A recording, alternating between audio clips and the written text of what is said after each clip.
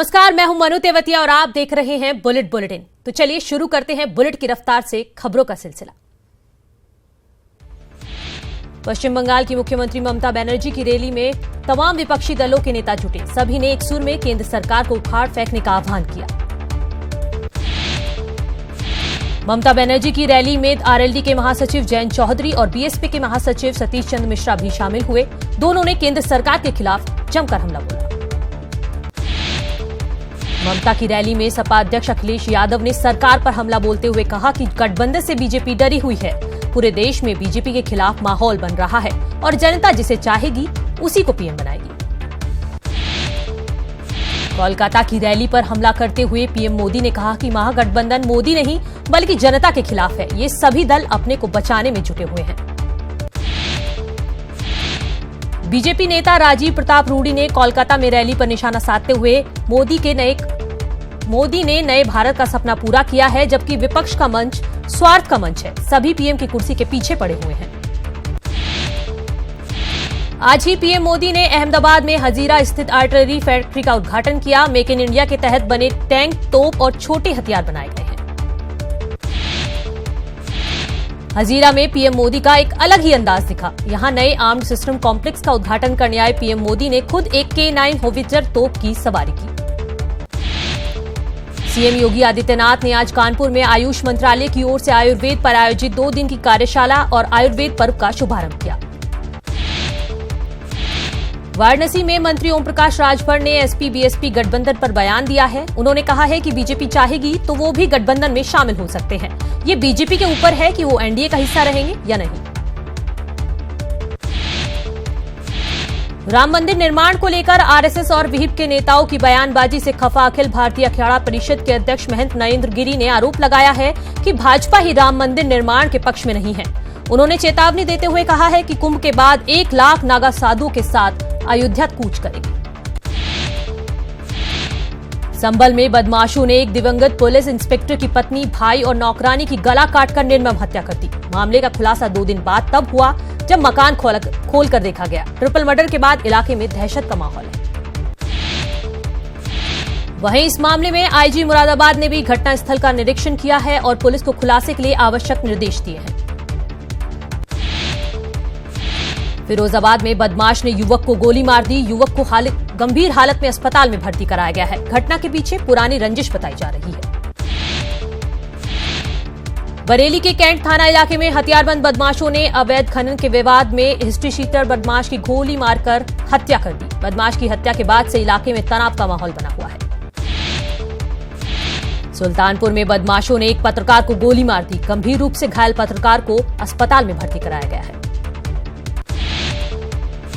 मुजफ्फरनगर में देर रात पुलिस और बदमाशों के बीच मुठभेड़ हो गई, जिसमें 15-15 हजार के 2 इनामी बदमाश शमीम चपटा और आलम गोली लगने से घायल हो गए। वहीं इस मुठभेड़ में एक पुलिसकर्मी को भी गोली लगी है। कानपुर से पिटाई का एक वीडियो वायरल हो रहा है, जिसमें एक युवक की जमकर पिटाई की जा रही है। लोगों ने चोरी के शक में युवक की पिटाई कर दी। बदायूं में ट्रैकमैन की सतर्कता से मालगाड़ी का एक बड़ा हादसा होने से टल गया। करीब 1 घंटे बाद रेलवे लाइन को ठीक किया गया, जिसके बाद ट्रेन का संचालन शुरू हो सका। नोएडा में बॉटनिकल गार्डन की तरफ से तेजी से आ रही एक कार डिवाइडर से टकरा गई। हादसे में कार ड्राइवर घायल हो गया। ड्राइवर का अस्पताल में इलाज चल रहा है। उन्नाव में अवैध शराब फैक्ट्री का पर्दाफाश किया गया है। पुलिस ने 4 आरोपियों को गिरफ्तार किया है। इसके साथ ही शराब से भरे 4 ड्रम और 30 पेटी शराब समेत भारी उपकरण भी बरामद किए गए हैं। चित्रकूट में टेंडर प्रक्रिया में अध्यक्ष और अधिशासी अधिकारी की मनमानी के खिलाफ 2 सभासदों ने आत्मदाह करने का प्रयास किया। सभासदों का आरोप है कि टेंडर प्रणाली में भेदभाव किया जा रहा है, जिसके चलते वे ये कदम उठाने को मजबूर हैं। बरेली में स्वाइन फ्लू से एक सब रजिस्ट्रार की मौत हो गई। सब रजिस्ट्रार को लगभग 12 दिन पहले बरेली के निजी अस्पताल में भर्ती कराया गया था। शिक्षा मित्रों ने अपनी मांगों को लेकर एक बार फिर राजधानी लखनऊ में डेरा जमा लिया है। प्रदेश भर के हजारों शिक्षा मित्र राजधानी के इको गार्डन में धरना प्रदर्शन कर रहे हैं। शिक्षा मित्रों का कहना है कि सरकार अध्यादेश लाकर इनको शिक्षक बनाने का रास्ता साफ करे। जब तक ऐसा नहीं होगा, इनका धरना प्रदर्शन जारी रहेगा। शामली में बकाया गन्ना भुगतान की मांग को लेकर आंदोलन कर रहे किसानों ने मुंडन कराकर प्रदेश सरकार के खिलाफ विरोध जताया है। किसानों की मांग है कि जब तक उनका बकाया भुगतान नहीं किया जाएगा वे इस आंदोलन को जारी रखेंगे।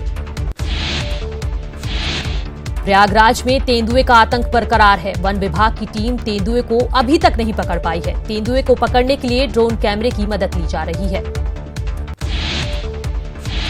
बहराइच में आतंक फैलाने वाले तेंदुए को वन विभाग की टीम ने पकड़ लिया है। कई दिनों से तेंदुए जंगल से निकलकर आसपास के गांव में घूम रहा था। वहीं तेंदुए के हमले में रेंजर समेत 4 लोग घायल हो गए थे। उन्नाव के स्वास्थ्य विभाग की एक बार फिर बड़ी लापरवाही देखने को मिली है। जहां मरीजों को लगाया जा रहा है पैरासिटामोल, इंजेक्शन जांच में फेल हो चुका है। चित्रकूट के पुरगांव के रहने वाले बीकॉम के एक छात्र ने अपनी एक किडनी न होने की वजह से रोजगार के लिए जिलाधिकारी की मदद से गुहार लगाई है। वहीं डीएम ने कौशल विभाग मिशन योजना के तहत प्रशिक्षण करार देकर रोजगार देने की बात कही है। शिक्षा विभाग प्रदेश में इंग्लिश मीडियम स्कूल खोलेगा। इसके साथ ही 5000 और प्राइमरी स्कूल भी खोले जाएंगे। ये घोषणा मंत्री अनुपमा जायसवाल ने की है। चंदौली से एक ऑडियो वायरल हो रहा है जिसमें वेतन कट्टे से नाराज एक डॉक्टर सीएमओ को डांट रहा है और साथ ही सीएमओ पर घूस लेने का आरोप लगा रहा है। बदायूं में आधार बनवाने के नाम पर अवैध वसूली करने के मामले का खुलासा हुआ है। डीएम को शिकायत मिलने के बाद पुलिस ने अवैध वसूली करने वालों पर कार्रवाई की है। वहीं पकड़े गए तीनों ने डीएम के ट्रांसफर तक की धमकी दे दी है।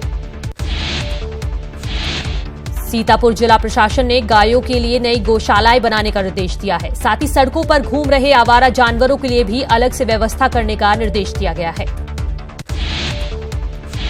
मथुरा के थाना बलदेव के गांव पटलोनी में एक किसान आत्महत्या करने के लिए पेड़ पर चढ़ गया। किसान का आरोप है कि आवारा पशु उसकी फसल बर्बाद कर रहे हैं, लेकिन प्रशासन कोई कार्रवाई नहीं कर रहा।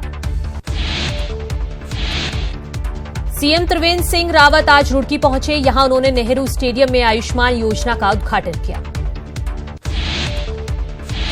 उत्तराखंड विधानसभा का बजट सत्र 11 फरवरी से शुरू होगा। राज्यपाल बेबी रानी मौर्य ने सत्र की तारीख को मंजूरी दे दी है।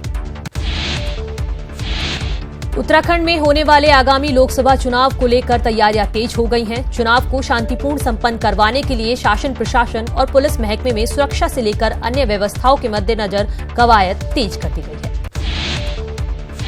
मीटू के आरोप में फंसे बीजेपी के पूर्व संगठन मंत्री संजय कुमार को हाईकोर्ट से बड़ी राहत मिली है। हाईकोर्ट की एकल पीठ ने संजय कुमार की गिरफ्तारी पर रोक लगा दी है। रुद्रप्रयाग के दौरे पर पहुंचे सीएम त्रिवेंद्र सिंह रावत ने कहा है कि राज्य में लोकायुक्त की कोई जरूरत नहीं है। सीएम ने कहा कि पहले चोरी करो और फिर चौकीदार बिठा दो, ये नहीं चलेगा। हमारी सरकार में कोई भ्रष्टाचार नहीं हो रहा है, इसलिए हमें किसी लोकायुक्त की जरूरत नहीं है। देहरादून में आज होने वाली विजय बहुगुणा की डिनर पार्टी को लेकर सियासी हलचल तेज हो गई है। डिनर के दौरान टिहरी सीट से चुनाव की तैयारियों पर चर्चा की जाएगी। वहीं बीजेपी का कहना है कि सभी 5 सांसदों का परफॉर्मेंस बेहतरीन है। बागेश्वर नगर इस समय पेयजल किल्लत से जूझ रहा है। बागेश्वर में प्रतिदिन लगभग 5 MLD पानी की जरूरत है, जबकि इसके सापेक्ष में मात्र 3.5 MLD पानी की ही आपूर्ति हो रही है, जिससे लोगों को परेशानी का सामना करना पड़ रहा है।